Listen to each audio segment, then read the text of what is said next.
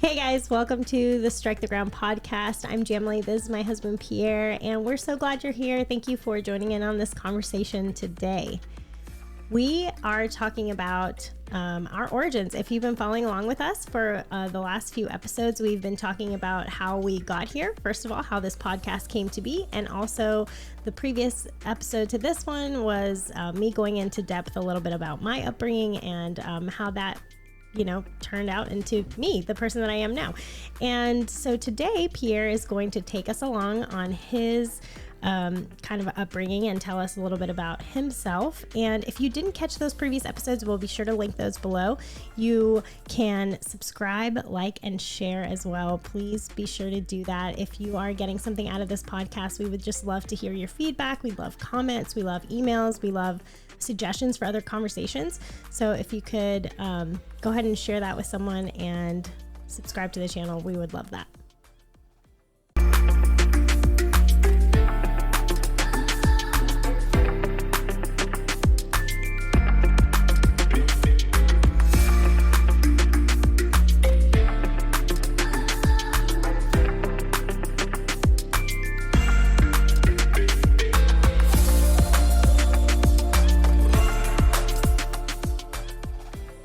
All right, so today I get to talk about myself. This isn't exactly the most easy thing for me to do in my own life. I would say that talking about yourself is one of the more challenging aspects. And I would say that also just talking in general in front of people is a difficulty that I've experienced in my life. One of those things that I actually dropped my public speaking class in college. Worst class ever. That's how deathly afraid of talking in front of people I have been in my past. Some of it's changed a little bit. It doesn't necessarily translate into my sociability because I can definitely be a quiet person at parties or gatherings, whatever. But it doesn't stop me from doing what I have to do for my work. Things that require public speaking. True. So you do talk a lot in front of people at work. Yeah. Which is surprising. Well, that's what makes this part easy because, I get to just talk to you. Yeah, it's not like you have 100 eyeballs on you right now. No. Yeah. So today, I'm just going to go into my, a little bit about who I am. I would say that it's really easy when you see someone, especially people I've talked to in my life, to basically either project who you are, your beliefs, even your assumptions you may have about that person onto them, rather than getting a chance to know who they are. And maybe you may come to conclusions that steer you one way or the other about choosing to get to know that person. Right. So, we're going to give you the opportunity. You can choose to, get to know us more or not. It's up to you. And, I really think this is important too, just in general as millennials, to kind of go back on your own story. This isn't just an exercise we're doing just because we want to talk about ourselves, believe me. Yeah. But just going back and really kind of trying to relive a little bit of your childhood. And I know for some people that's not all easy. I mean, it's not easy for us either. But just in these last few weeks talking about the origin of the podcast and the origin kind of my life, that really opened up a lot of kind of like new brainwaves in a way. And it's been an interesting time to just kind of relive those moments. And hey, you know what? I should call my mom. I should call my dad and just talk to them about that, that memory or whatever. So we encourage you to do this. Yeah, this is a great exercise to have in your life. Again, part of the point of us having the podcast is to stir up conversations that you could be having in your life. So if there's someone you would like to share who you are with, that would be a great opportunity for you to take this type of subject and share your experiences, share your life. Yeah. Let someone get to know you a little bit more than, what you probably let someone in. It's very easy to live guarded, to live your life in such a way that you don't let anyone in and be a recluse or a hermit or whatever you want to call it.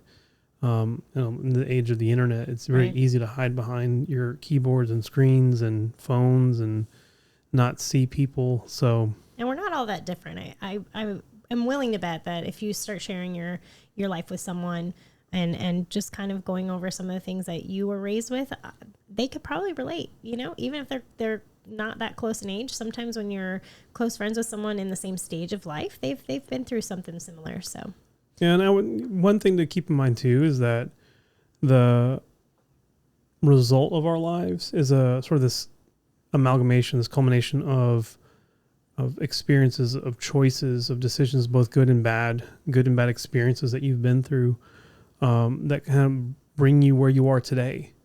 And one of the things I think I iterated last conversation is that the problems that you face today, they're temporary. It's very easy to get yourself hung up. I've had some of those experiences recently where I allow things that are happening to me to affect how I, conduct my life, and doesn't necessarily bear the best fruit. And that's one of the things I think that the enemy, the devil, wants to steer us away from, is being this ability to be fruitful. And we'll keep going back to Genesis 1:28 as many times as we need to. The command for us to be fruitful and multiply, because honestly, without that promise being fulfilled in your life, that command being fulfilled in your life, it's really difficult to know if what you're doing actually has the purpose that God has put on you. Yep. It has the purpose that Jesus died for your sins, to basically bring you that salvation for that reason, so that you could be fruitful. And so one of the things, I have been very fortunate with in recent memory is, I guess, the topic of my origins from a DNA perspective was interesting to see. Obviously, I know I'm half Filipino. That's a given.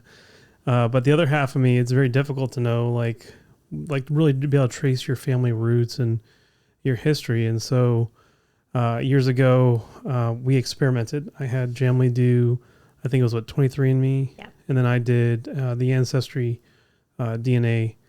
And it was interesting to see like how much information you had to, or you were able to like glean from both resources.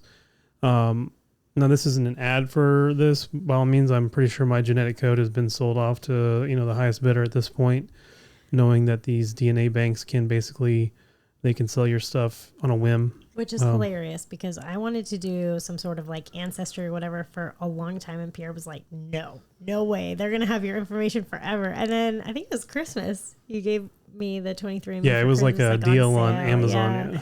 And I was like, got really? I was so tricked excited. by Amazon. And he's like, well, I don't care if they have your DNA. But then I don't think I said that. Well, I mean, probably not. But it was like, here's yours. They can have your DNA, And then a little bit later. After I saw what the outcome was, I was like, oh, that's pretty cool. But then I also did some reading and saw that there were different outcomes from the different companies that were conducting that research. And so I am definitely happy with what I've gotten. And it's just really interesting to see the information that I've been able to sort of glean into my past and into the history of my family. And what I love too is that you've actually found information that you can share with your dad. Yeah.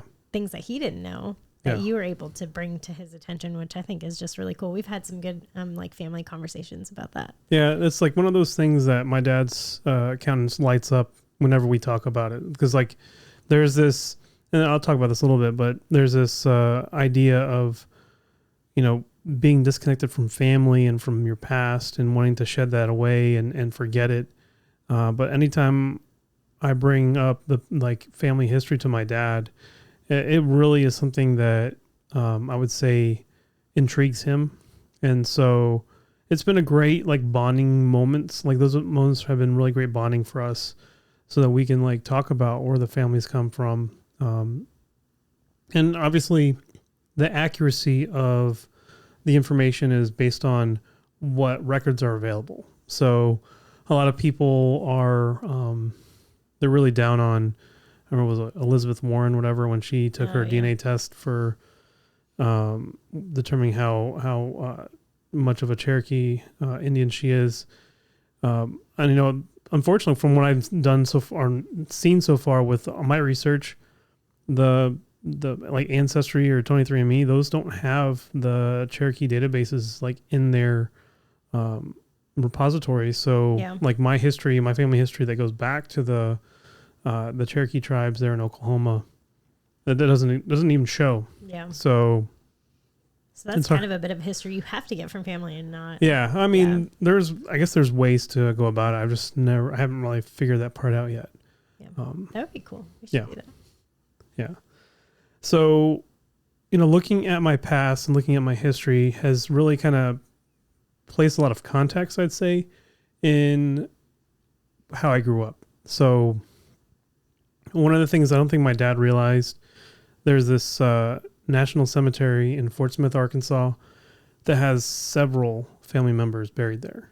And that's just the nature of, if you served in the military, you get to be buried there for free. Yeah. And that's a great perk for families that don't have a lot of money. And certainly a great place to have, your headstone placed somewhere that, other people can visit, your family can visit. And generally the grounds there are well taken care of. So it's one of those things I do want to go see at some point in my life, and bring my kids there and sort of show them,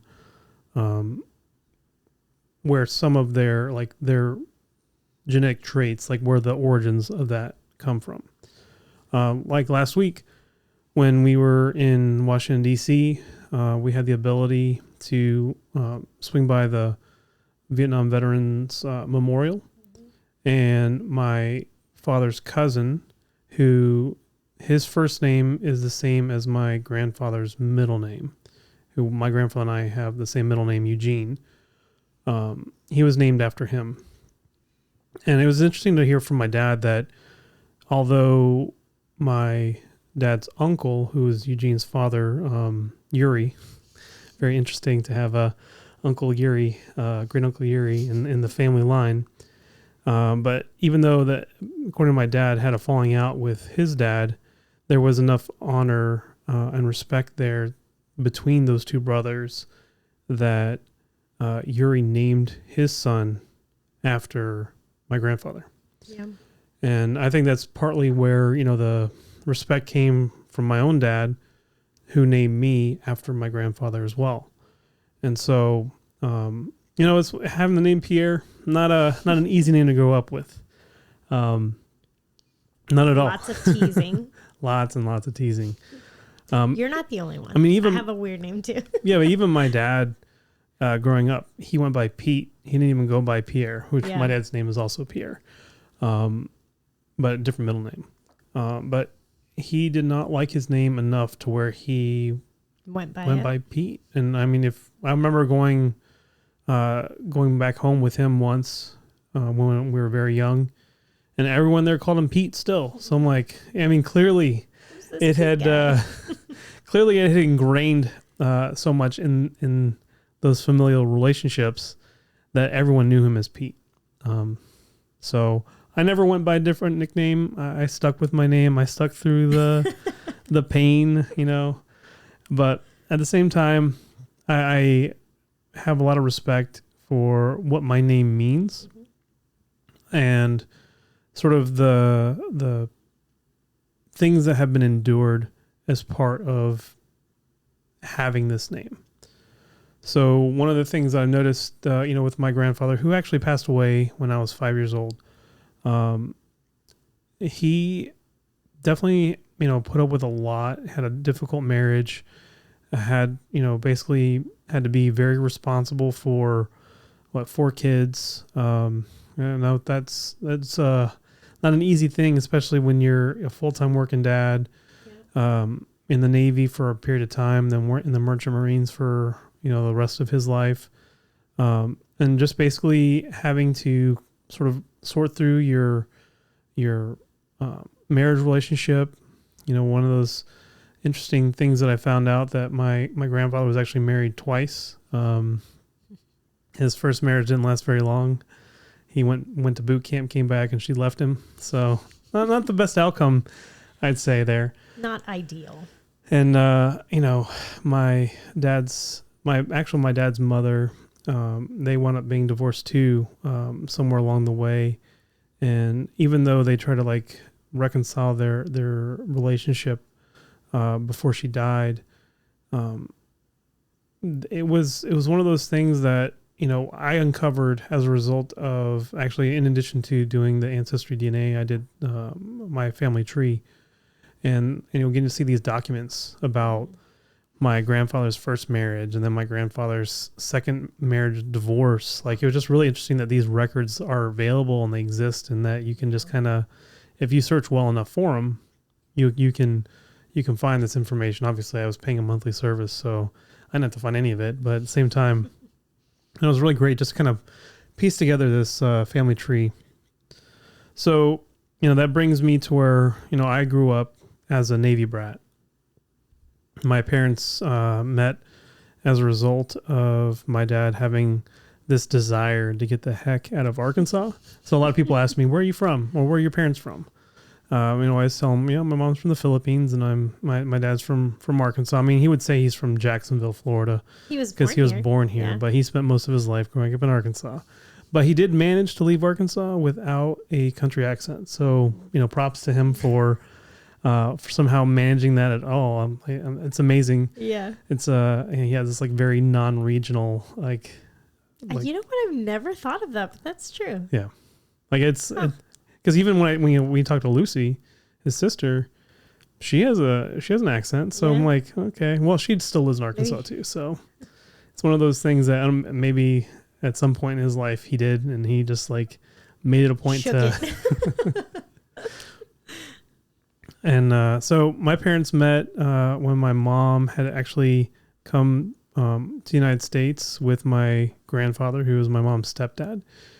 And she was working at the base in the galley there, where the guys go eat food. And, that's a pretty interesting story. Just the wooing that occurred to get my parents to actually get together. Like my mom actually stood up my dad the first time around.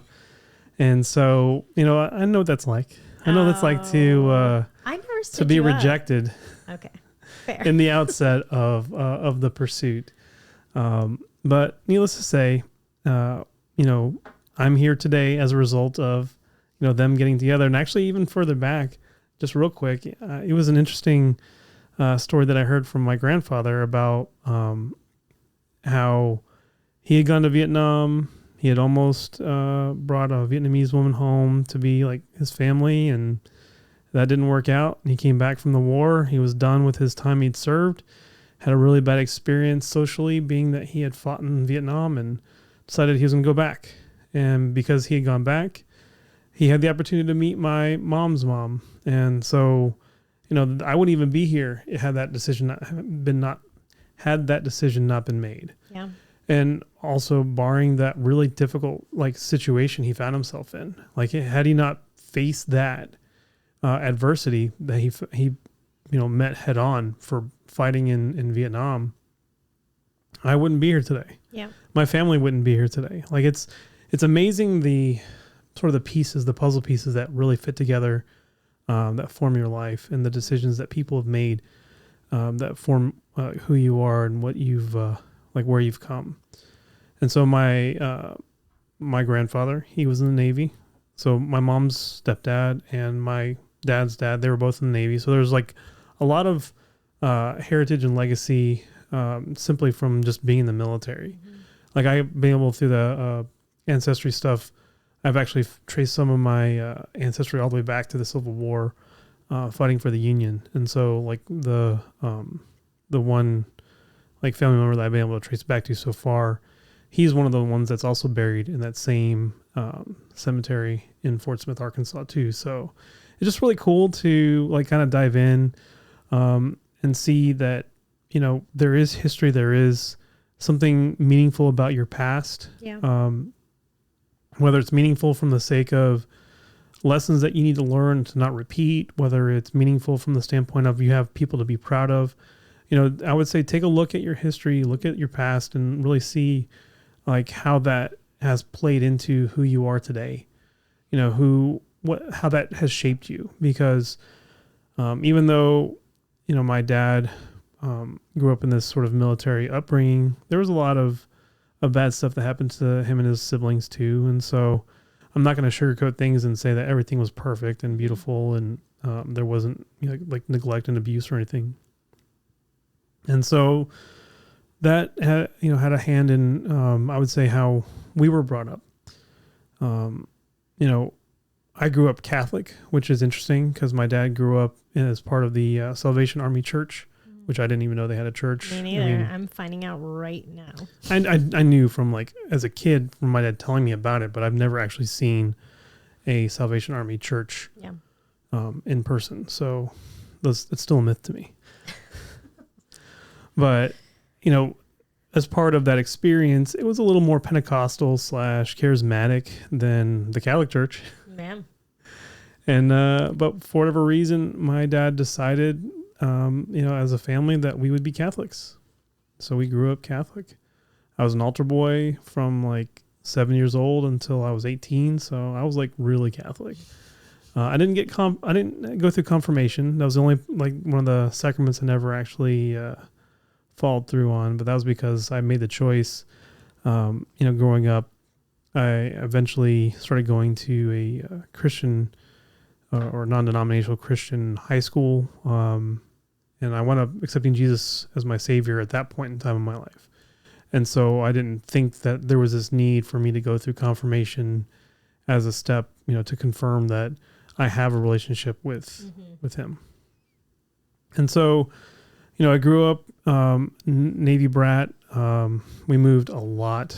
I think I counted one at a time more recently when I had a friend of mine talk about how many times their son had moved in the time frame of his life. And I was like, oh, I've moved one more time than him. Do you remember how many? It was 7 times, but at the time I was 8. Yeah. So we definitely did a lot of moving around. Some of it was due to my dad going to schools and stuff while being in the Navy. But the impact that it wound up having on me was this inability to really cement myself socially anywhere. Yeah. I would make friends where we lived with people who were getting ready to move away. Basically, I'd be there and you become friends with someone and either they move away or you move away. Yeah. And so your friendships don't get to last very long. You might run into those people at a different duty station somewhere else down the road, but the likelihood of that happening is very slim. And so I didn't get the, childhood home experience or the ability to say, this is the place I went to for all these childhood experiences but early with on. all of that, I would say that your mom did a really good job of trying to keep you grounded in the home. I think she did a good job of trying to make a home.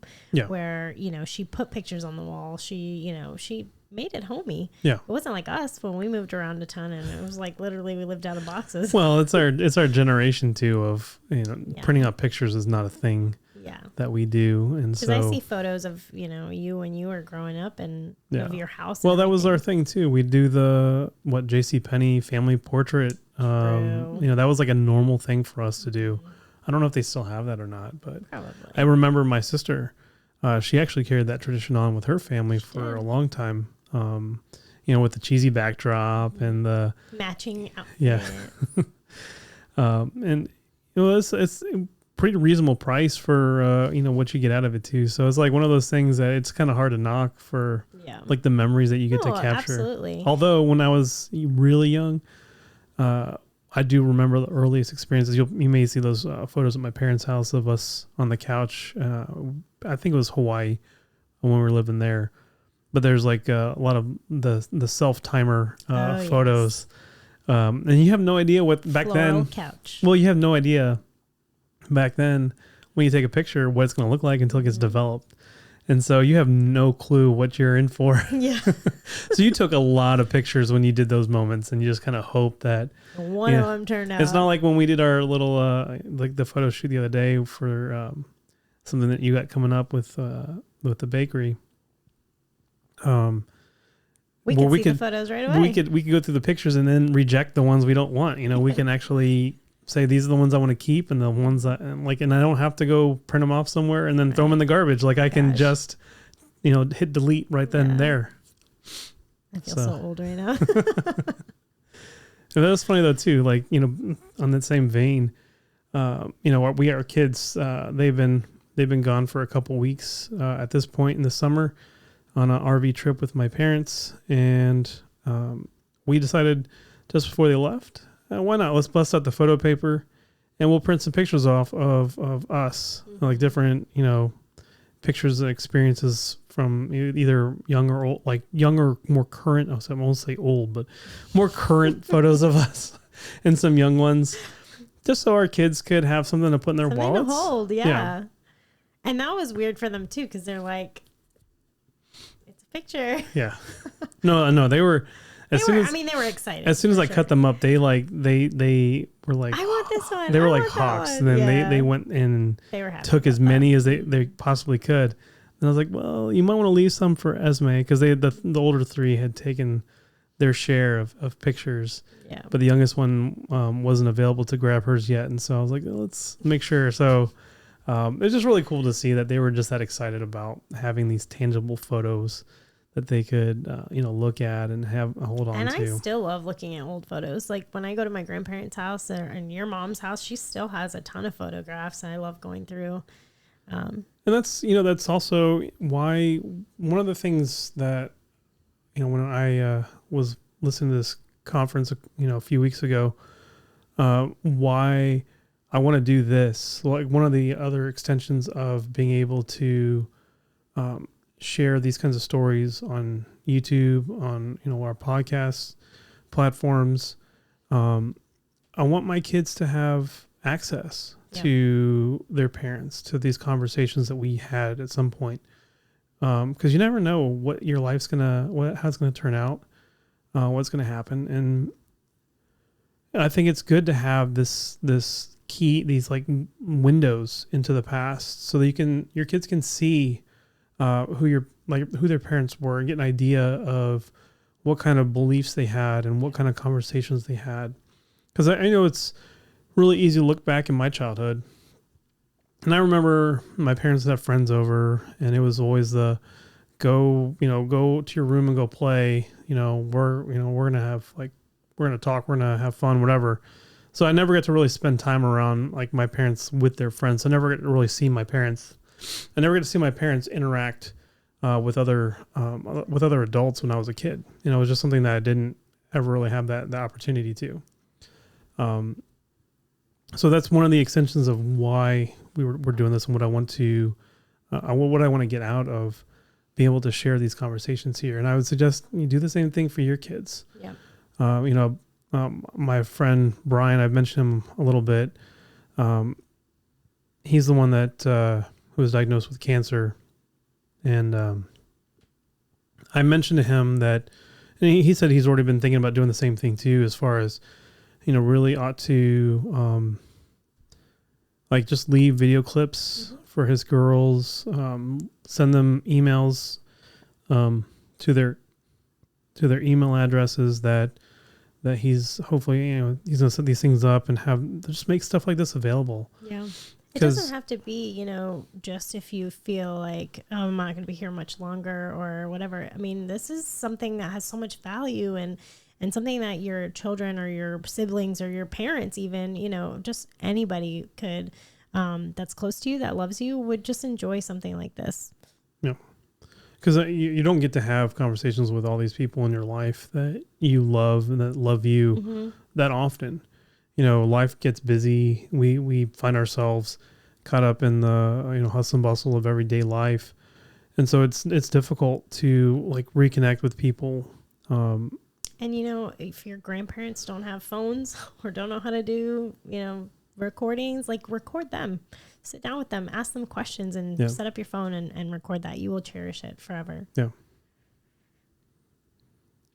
So going back into my childhood, basically growing up moving a ton. We eventually settled into Virginia.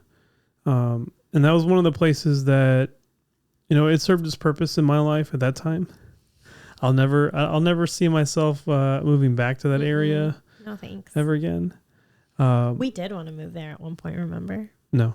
Yes, we were looking at I don't think so. That couldn't have been serious for me. Deny. It never happened. But Southeast Virginia, Hampton Roads was home for a long time. Basically did 5th grade through college in the same place. So, I went from not having a stable base or a stable place to consider home to where Virginia served that purpose in that period of my life. And, a lot of things changed. A lot of things just happened during that time. We did move a couple of times while we were during that period of my life. We went from living in Virginia Beach to then finally moving out to Chesapeake. And we lived way out in the sticks, which I think that's where my desire to want to live, like out in the country, has kind of always been, is this desire to not live in a city or live in like the suburbs as heavily. Yeah. We did live in a neighborhood in Chesapeake, but that house they didn't have an HOA at the time.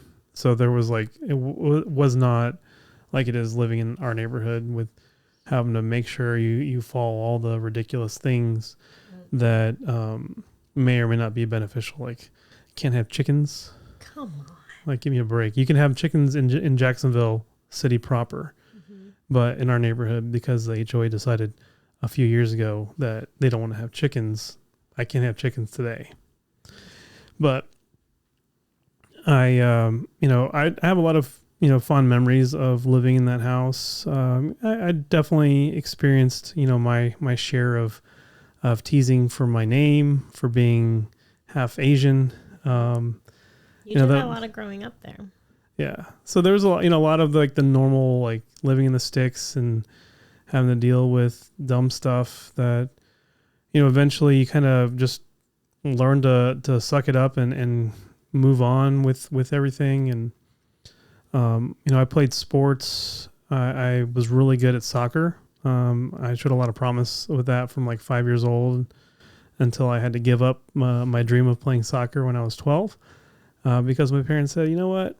We're going to chase your sister's dreams for swimming. So you're going to be a swimmer now.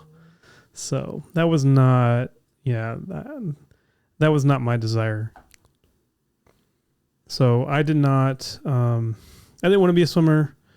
It turns out I was a pretty good swimmer, but it doesn't mean I liked it. I never enjoyed it. Not once, literally Really? not once, never. You're so good at it. Yeah. But it's one of those things where my dad kind of ingrained in me this idea of excellence, of doing everything to the best of your ability that you possibly can. And that also meant doing things to the best of my ability, even though I hated it. So it's not like... I could never do that. I mean, swimming... This is where we are super different. Yeah. If I don't like something, I'm not going to do it. Yeah. Well, that's different about us. And so, I made that switch from playing soccer to full-time swimming. I got to the point when I was in 7th grade. I remember having silver hair because I swam twice a day. And I swam a lot. That's why I was good, because I put the hours in. I didn't have to get good. I didn't have to, no one was pressuring me to do better. But I just knew that I might as well excel at this the best I can. Yeah, that's awesome. And but then eventually the bug hit to play football, and I was able to sort of scoot out of swimming and move on to football. And that was my real passion and my joy for such a long time. But it was around the same time though that I basically had to well, I guess it wasn't 12 years old. It was more 10 or maybe 10 or 11. I don't remember now. I had to give up soccer. But it was definitely 12 years old that I remember, weightlifting with my dad too early to be weight training. And I wound up, breaking part of my spine. And my parents basically had the attitude of, oh, just shake it off. Mm-hmm. No Put big some deal. Dirt on it. And so I basically had this fracture in my spine, and my parents would not let me go see a doctor. I was in a lot of pain. It wasn't found out that the fracture existed until I was 15, when they finally let me go to a doctor after me complaining for 3 years about the pain I had been feeling. And so that was like one of those things in my life that really kind of shapes like your trust in people. Like knowing that at the time, knowing that when I was 15 and been evaluated for this, the doctor's like, well, can't do anything for it now. Right. So we're just going to have to monitor it and see. And by the way, you can't play football. So the doc wouldn't clear me to play football. And so I had to choose something else. So my parents were like, well, you had to play a sport, and your sister runs cross country. And I was like, I'm not running. You won't catch me running for fun. That's just never going to happen.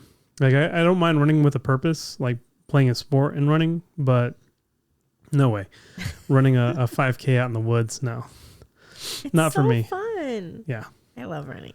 So I basically decided, well, what's something else that I can do that's kind of easy?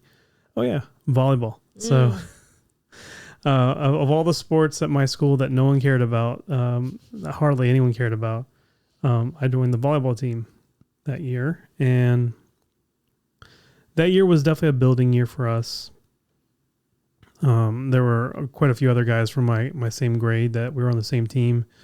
I had someone tagged me in a picture from that one of those years in a Facebook post years ago, and like you can see me, I look like a little 10-year-old boy, scrawny little thing. Yeah, wearing my crappy screen printed T-shirt for a volleyball jersey. Like that's how much they didn't care about our team that we didn't even get real jerseys.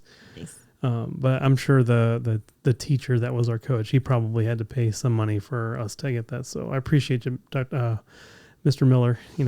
Good job on you for at least helping us. Eventually, we won the championship the following year. So that first year was definitely a skill building year. But man, we kicked butt, and I'm still waiting for that steak dinner that we never got from that championship. Man, it's been a long time. Find him.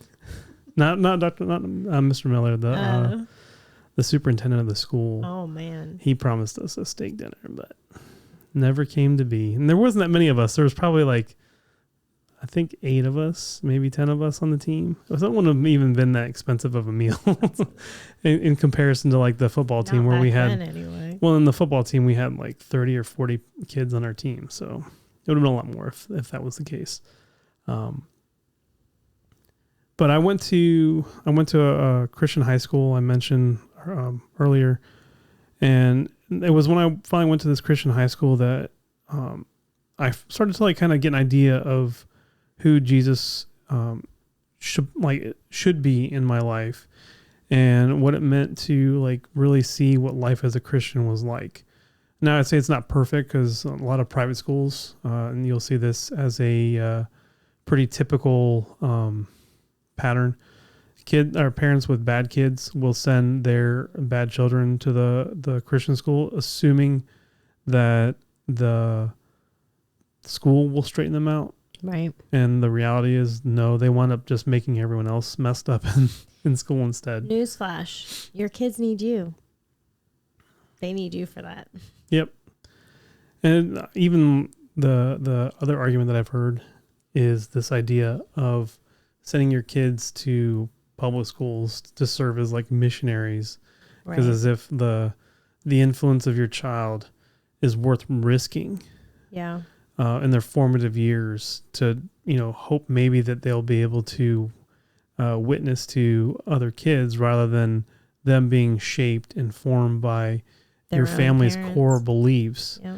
And that's when you see a lot of kids rebelling from like what their parents have to show them and what their parents think that their kids believe.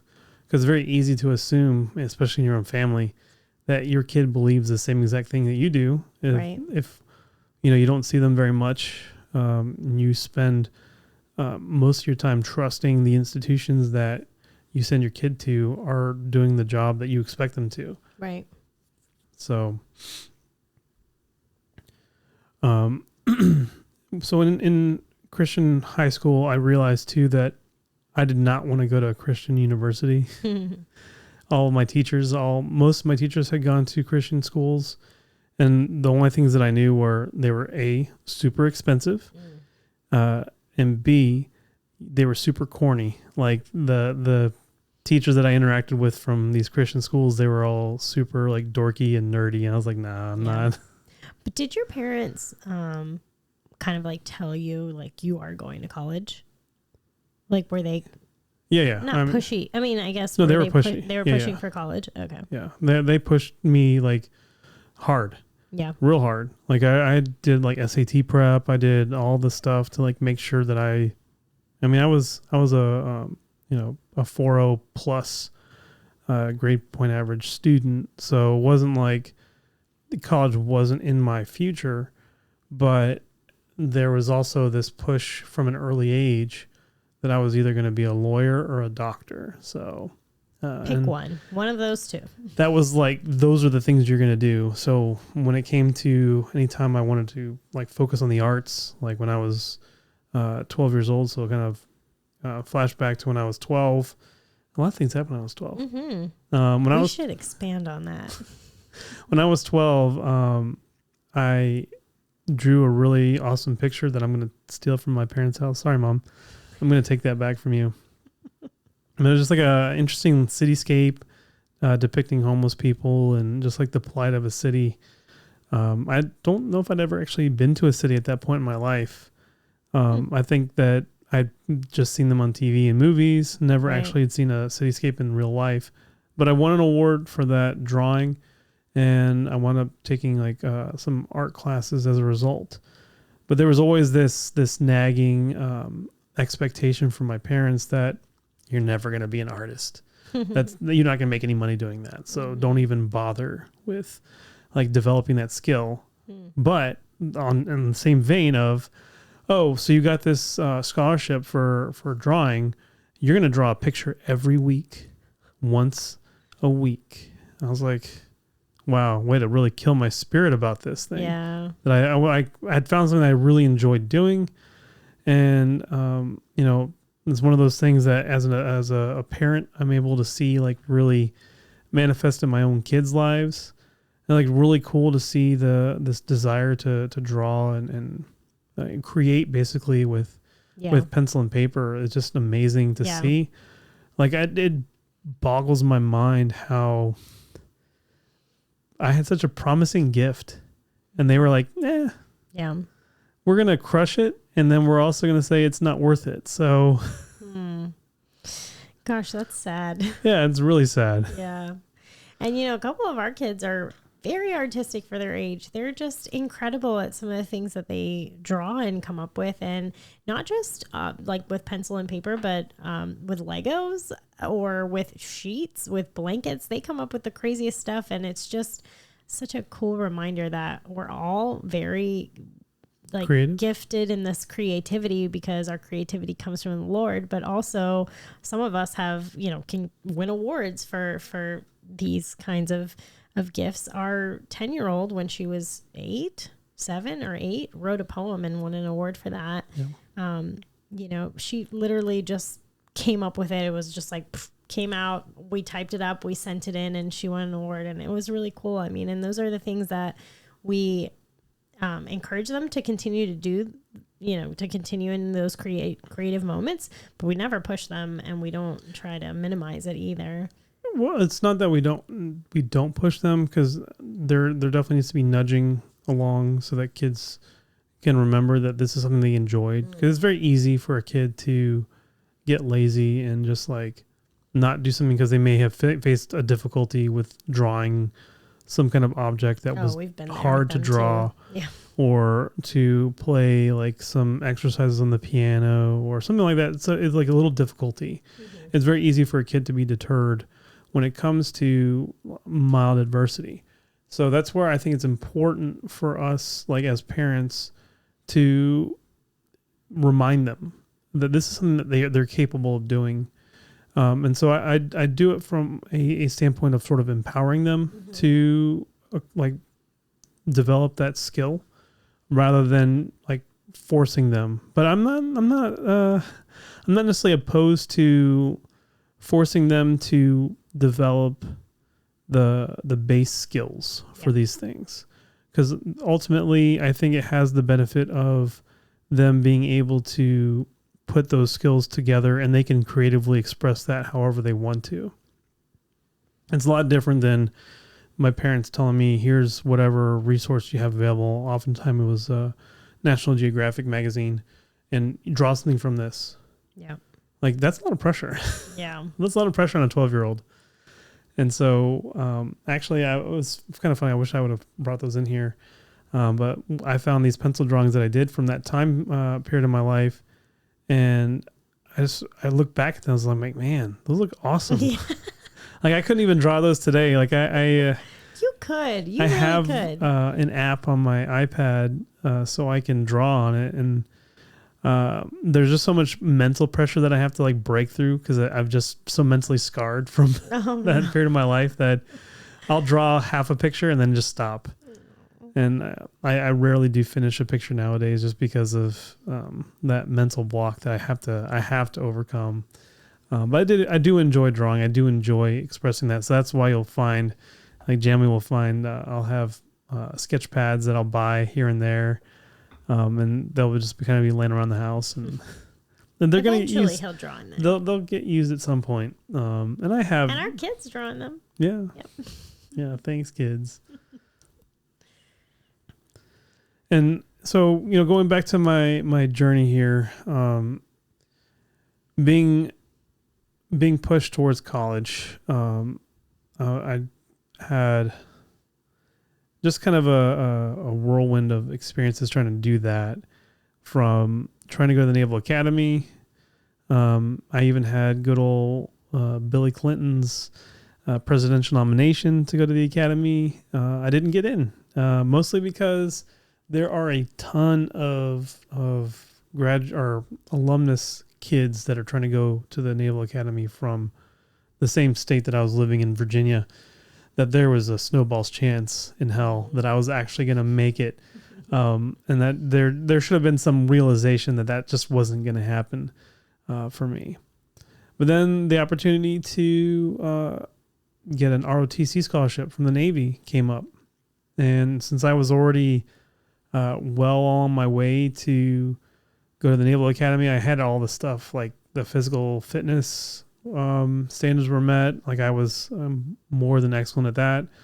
Had the grades, had the, all the experiences, the clubs, all that kind of stuff. I was like your typical, like well-rounded student that would have been an ideal like college candidate, like almost anywhere except Harvard, because I'm Asian. So, they don't like Asians there. There's their whole thing. But anyways. Anyway. Okay. Going, basically for that, I had essentially a full ride to University of Pittsburgh. And when it came down to the medical physical, I was told by my dad that they denied my application based on my back injury from when I was 12. So there was that. Like that thing haunted me for such a long time, and still haunts me today because I still have like pretty crazy back pain as a result of my back injury. So there's that. I'll never forget that moment that I hurt myself when I was 12. But it really shaped like who I became, and sort of it developed a lot of bitterness in my life, I'd say, towards my parents, especially because there was like just a lot of just missed opportunities, I would say just like weird problems that were the results of, essentially mistrust for like how my parents handled things in my life. And so when I finally found a college to go to, I did not want to go to Old Dominion University, but I wound up going to ODU. And I realized, okay, well, this is basically like a community college. There's a million people here doing the same thing that I was going to school for, which was pre-med at the time when I first went in. And I realized, wow, if I don't get into med school, what in the world am I going to do with this? Yeah. Like, it's just, it wasn't exactly the outcome that I was looking for. I did, I would say I did a lot of high school, which was academically easy, being that I was a pretty smart kid. So I didn't have to try that hard to do well in high school. I tried to apply that same logic in college. Didn't work out so well for me. I met some pretty incredible people when I was in college. One of which I'll mention is Nabeel Qureshi. He's a guy that I met my freshman year. He was a freshman at the same time, but he basically started school as a sophomore because he did that many college level courses in high school. And so he eventually went to med school through this program I tried to get into, but I basically applied too late to get into. I would have been able to go to med school had I known about this program, but it's neither here nor there.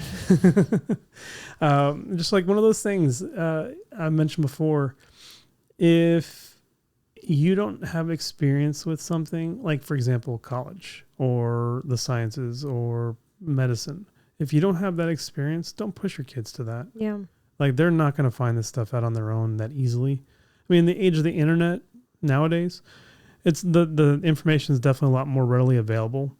But for the most part, it's not something that you're just going to stumble into and it's going to be easy for you to figure out. And especially not knowing how much support your kid's going to need to actually be successful in med school. If you are not committed to supporting them until they're a doctor, don't push them. Yeah. Because it's going to be a bumpy road. There's a lot of people I've met who are failed doctors who never made it. And your kids need you once they go to college, they're still going to need you. That we mentioned this in the last episode as well, that, just because they're 18 doesn't mean that they're, you have no influence left in their lives. And especially in college, especially if it's something that you are encouraging them to, be there for them. Yeah. And it's good to sort of understand that college is not the pinnacle of maturity for any kid. They're not going to get the most they can out of life just because they went to college and then they got this degree is not the answer in every case. There's a lot of things that you can do in life that don't require a college degree. For a long time, I would say go join the military, get a GI Bill, and then go to college. Today's military, I'm not so sure about that at this point. Yeah. Maybe it'll be different by the time my kids are older, and that story might change. But the way of the military today, I would not suggest that for my children at this point. And I wonder at what point the term was coined, the term. What term? I don't know. My brain just stopped. I want to know at what point the term the college experience was coined, because we grew up, I don't know about you, but I grew up hearing that a ton, go to college, the college experience is so important for your, for growing up, and you want to go and stay at the dorm because you need the college experience. And I feel like college, I don't know if it was just my experience alone, but did that really, catapult you into adulthood in any way? No. Not at all. It actually kind of kept you in this perpetual state of being a kid and just not. So I will say that college in general, it's a place to get drunk. It's a place to lose focus on your priorities about your morality, about what your core beliefs are growing up. Yeah. It's a place nowadays to really screw up what your faith actually is centered on, and what makes sense. And, basically a lot of these colleges nowadays are just communist indoctrination camps. It's insane just how many people walk away from college who they paid tons of money to go there, Right. assume that communism is the answer. Communism wouldn't even let you go to that school. Yeah. Under most circumstances.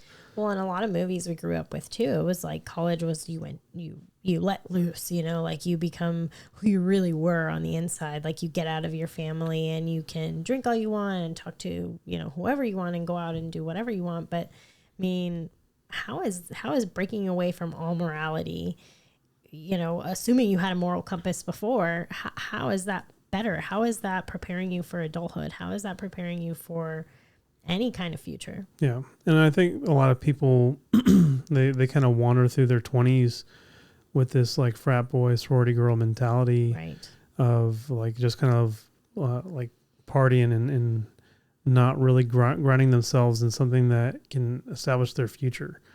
I will say that I wish my folks would have taught me more about finances growing up, because my parents have done really well for themselves financially. Me, not so well. I've made a lot of silly decisions about finances and debt over the years, and I wish I would have had better guidance before I made those bad decisions. And so, college is definitely one of those things that I wish that I hadn't spent so much money on, because I haven't gotten anything out of it yet. I even got an MBA, and that I still haven't got anything from that. And that was, completed 8 years ago. Right before the twins were born. 8 years ago, man. And honestly, I don't know. I just wish that there were better choices I would have made, because ultimately, the Bible's right that you are the slave to the lender. When you borrow, your debt makes you someone's slave, whether it's to the bank or to your job, so you can make money to pay your debt off. I wish I was not so beholden in those ways, but many in our generation have those problems. Yeah. That's why I don't necessarily balk at the idea. Some of the folks that are out there that are trying to give you advice on helping you generate wealth, because I see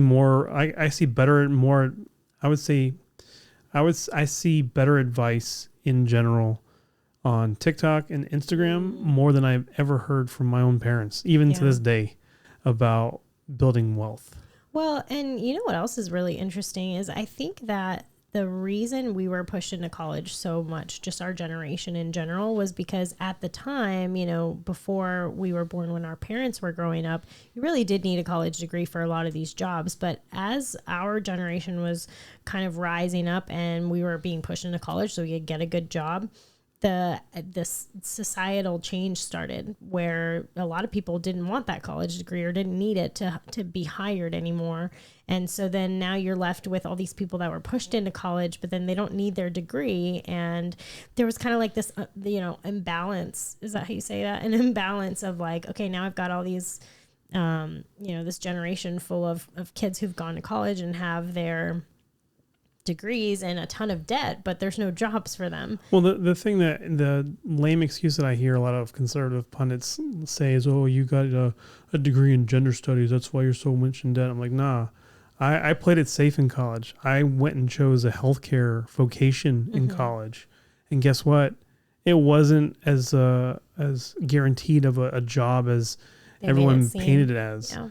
It's just crazy to think that there are just sometimes you make choices that don't lead to, based on safety and security, that don't lead to that kind of lead you astray when you're just choosing safety and security. Yeah. That's not always the answer. And so, granted, if I didn't do what I did, I wouldn't have met you. Yeah. I wouldn't have moved to Miami. I wouldn't have. So honestly, it's really great that I made the bad choices I made, because it did lead me to eventually be in a place where I get to meet you. Yeah. And so it's easy to look back on your life with regret and think, oh man, I wish I could do things differently. Honestly, there are things that I wish I could change, but knowing that those changes would result in different outcomes of where my life is today, I couldn't ask for a different outcome. I want the family that I have. I want the children I have. I want the wife that I have. Like, I will take that, all the pain, all the hurt, all the crap, I would take that all over again. All right. So that's the fun about having long conversations. The memory cards run out of space, and we have to keep going though. I was just saying, like, I would take all the hurt, all the pain, all the bad, like, choices that go along, the good choices, the good decisions that I've made over my life, if it means that I'd have the same outcome that I have right now, the family that I have, the kids that I have, the faith that I have. I wouldn't trade it all at all. Like, it's easy to look back and be sad and depressed and bent out of shape about your life. But honestly, look at your problems. Like I mentioned earlier, they are temporary. The problems you have are temporary. I think I mentioned on the last podcast, I had, issues with like depression and suicide that, I never actually tried to commit suicide, but that those used to just haunt me a lot. Cause there's this notion of making your problems go away and think that that's the easy way to do it. But the reality is that having faith in God and really putting your trust in Him and putting your trust in Jesus really has the best outcome that you could possibly have, because we're not in complete control of our lives as far as God's will is at work and at play in what we do and we experience. And so when you submit yourself to God, when you submit yourself to the order that He's put in your life, then there's a good opportunity for you to receive from God. I'm not saying, like I've mentioned before, I'm not saying that there's this prosperity gospel, that there's some equivalence to your faithfulness will result in so many dollars or something like that. There's a lot of people in churches that try to paint that picture, which is just not true. But God does not forget us. He doesn't forget us. He sees our faithfulness, and it's our point of our journey to look and remember that there are promises that God has made that are found in His Word, and that those promises can be fulfilled in your life. Yeah. You don't have to ignore what you've learned in church the older you get, because you've gotten so much intellectually, so much brighter, that somehow this notion of religion is a fairy tale or something of that nature. Look in the Bible; they've been dealing with this kind of stuff for eons. Yeah. So it's not like what you think today is new. It's not like what we experience today is new. Human history rhymes constantly, and the relevance that you'll find in Scripture, you'll see how it can apply to your life very, very easily. So going back to, what I've seen and done, like, man, I was so thankful I met Jamily. I met you, and I do say I was one of those guys who was looking for a wife for quite a while, especially in college. I was looking for that mate. I didn't have like relationships. I was like that weird nerdy kid in high school that I wasn't very outgoing. You were not nerdy. Yes, I was. I was very much a nerd. But at the same time, it didn't bother me. I had really great friends in high school. So we kept each other grounded. And so that's where I think it's a good place to go in your life, is making sure that you have that community around you, making sure you have that brotherhood, those sisters around you, mm-hmm. to add to your life, that can build you up in the season that you're in, and really pour into your life and make things fruitful and beneficial for you. So like basically journeying from early career into where we are today, man, I've been laid off from jobs. We've had to move around a lot. Wasn't the outcome I would want necessarily, the stability that I would want to be able to provide for my kids up until more recently. So it was one of those things that God definitely found my complement, my helpmate when, he put Jamily in my life. Like finally finding that person that would support me and stand by me even through like just dumb things that happen. Like there are opportunities that she didn't have to stick around, but she chose to. That was even before we had kids. Like she chose to, be by my side even when I felt like just down in the dumps and just really just kind of over a lot of things in life. And so, having that anchor in my life has been great, has been amazing. And that's one of those things when you're looking for someone to like be in a relationship with, you really need to find the person that complements you, not with an I, with an E, complement. Someone that really kind of comes beside you and helps build you up as much as you're able to build them up. And it's not a one-way street here either. I'm not talking about a circumstance where you're taking constantly in that relationship, because that will lead to some crazy burnout on the person that's constantly giving. But this idea of complementing each other has the ability to produce fruit that is, in our case, we're trying to build a lot of stuff now as part of our legacy for our kids. But this complementary marriage that we have has resulted in us having amazing kids, just amazing from the standpoint of like they're like so beautiful, and their lives, their personalities, their the joy that they bring into our lives is just incredible. And so it's one of those things that, I see a lot of people that talk about kids as if they're a burden. I just like, I don't get you. Sorry. If you think kids are a burden, man, I can't be friends with you. It's just the reality. I'm like, if you don't like your kids, I don't know. I got nothing. I love my kids. I love being able to spend time with them. Like them being gone these last couple of weeks it's been hard. Because you're just so used to having them present, and the love that they express to you and the love that you're able to express to them on a regular basis. It's something that's difficult that you don't necessarily get to, and you don't get to share with when they're physically with you. But with all that said, like going back to, where God has brought me today, there's this notion that the church is basically for women, to a certain extent, where the church is full of women. There's not a lot of guys that you see step up in churches, and you don't see a lot of guys step up in ministries. Some of that has to do with a lot of the church is very feminized, and it caters to women. It caters to that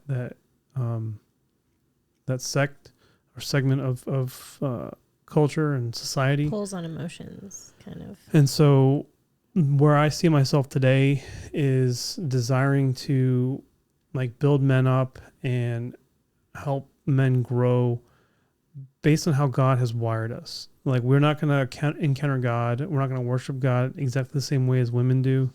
And so it's really important for guys to identify that and see that part of the Christian walk is growing yourself as a man in alignment with what God's word shows. One of the really good example I can really draw from is David's life. You have this like slick, really strong, handsome-looking teenager who gets chosen to be basically anointed to be king of Israel when he's a teenager. But he has to wait until in his 30s to see the fulfillment of that promise. So it's really difficult. Like, you think that he waited all that time just assuming, God's coming. Like, there's had to have been times, if you look in Psalms, you can see David's laments that are found in Psalms, where he's unsure of God's security. But then there's times where he's like, yeah, God, you are my rock. You are my refuge. And so it's one of those moments where you can really look in Scripture and see, okay, this dude had the greatest promise and then lost everything. When Saul decided that he was going to kill him and he had to flee, he had to lose everything. Even he was married, it's right. Like he didn't just lose like the ability to live in the king's house or enjoy like this high life. Like, he lost like his status. He lost the things that were promised to him, and they were just taken away. And he wound up hiding in the caves of Adullam with a bunch of losers. Like, it's amazing how David found himself in this circumstance with people that were of ill repute, people that were running away from their problems. And then somehow in the midst of all that, they became warriors. They became this mighty force that was able to basically commit a lot of valiant deeds that are recorded in 1 Samuel. So it's just really incredible to see that even this group of losers, God used them, God built them up, God basically restored David to the promise that he had given him. Yeah. But not without problems, of course. But it's easy for us to think about David and only think about David as David and Goliath story, or David and Bathsheba, like to just kind of like nitpick parts of his life and criticize him over these dumb things that he did, or that was like the one circumstance that he fought a giant, whatever.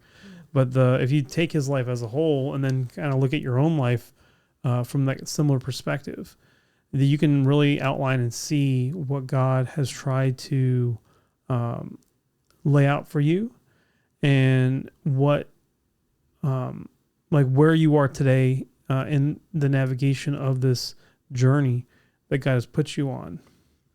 I think it's really good for us to really look at and see what God is trying to sort of what fruit he's trying to bear in our lives. And I think something that's really cool too is that David and these guys that were in the caves, they didn't have trainers. They didn't have people that like knew how to be warriors that trained them up. These are things that were inside of them that God, I believe God spoke to David and told him how to kind of train up these guys, and something that was innate in humanity at the time and in men specifically. Yep.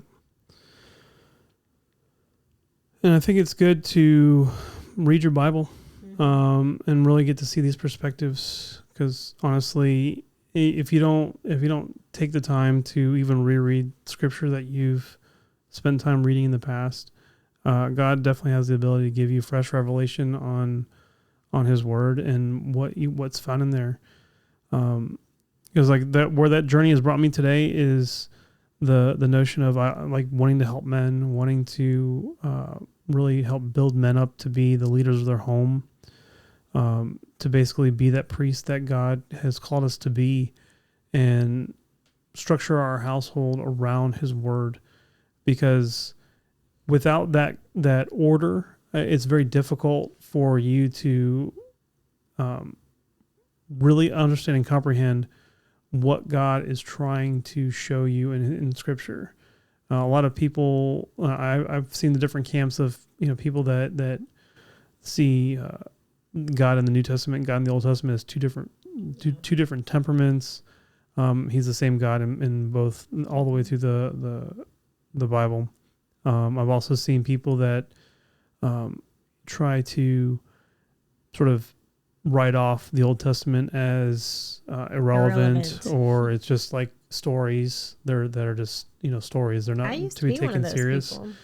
But if you look at any of the preaching in the New Testament, whether it's Jesus, easy one to pull in. There's a lot of reference to the Old Testament in their words, and you won't know this unless you read them, and you won't understand the context that Jesus and anyone else is speaking in unless you read where the words that they're preaching came from. Yeah. And so it's really important for you to tie all that together. Read the Bible regularly, read the Bible with your spouse, pray together, do these things that help align your own life to God, but also align the life that you're building with your spouse with God as well. It's really a great thing to have that focus in your life, so that way when you do face adversity, you do face trials and troubles, that your response isn't from the flesh, it's not from just straight emotions, that you actually can sit on God's promises and remember God's faithfulness and be able to have a more solid place to fall back on. So, well, it's been a little bit longer of a conversation today. Not as long as Jamley's, but maybe not. No, but at the same time, appreciate you sticking around this long. I really encourage you to check out some of our other podcasts that we have available. If you get the chance to, please comment down below. We really do want to hear from you, and we want to hear more about this conversation and how it may have affected you at all. Please click the subscribe button and ring the notification bell, just so that you can stay up to date with more episodes that we have released. And I just want to encourage you to read your word, spend time with God, really ground your relationship with Him, so that you can have this ability to be aware of what He is trying to teach you, what He's trying to speak to you. God doesn't always talk to us audibly. I've never heard His voice. I've never heard Him speak to me audibly. But His word has definitely revealed a lot of things to me that I would not know otherwise if I hadn't read the Bible, if I hadn't prayed, if I wasn't trying to keep my relationship focused on Him and my own life, like keep that focus on Him, because it does have impact on how you parent, how you are as a spouse, and how you are as an employee, as a worker. Like, it has impact in all these things. And my goal is I want to be a good steward of what God has provided for us, what God has blessed us with. And, I want you to be blessed too. So, feel free to reach out to us. We'll have ways to follow us down below. You can connect with us on Instagram at Pierre Fuller 72 and Jamley. Mine is at Jamley Fuller. Yeah, we'll also have our email address available if you wanted to email us if you have any questions, or if you have conversation topics that you want us to dive into. We'd love to hear that as well. Yep. So, thank you. Thanks.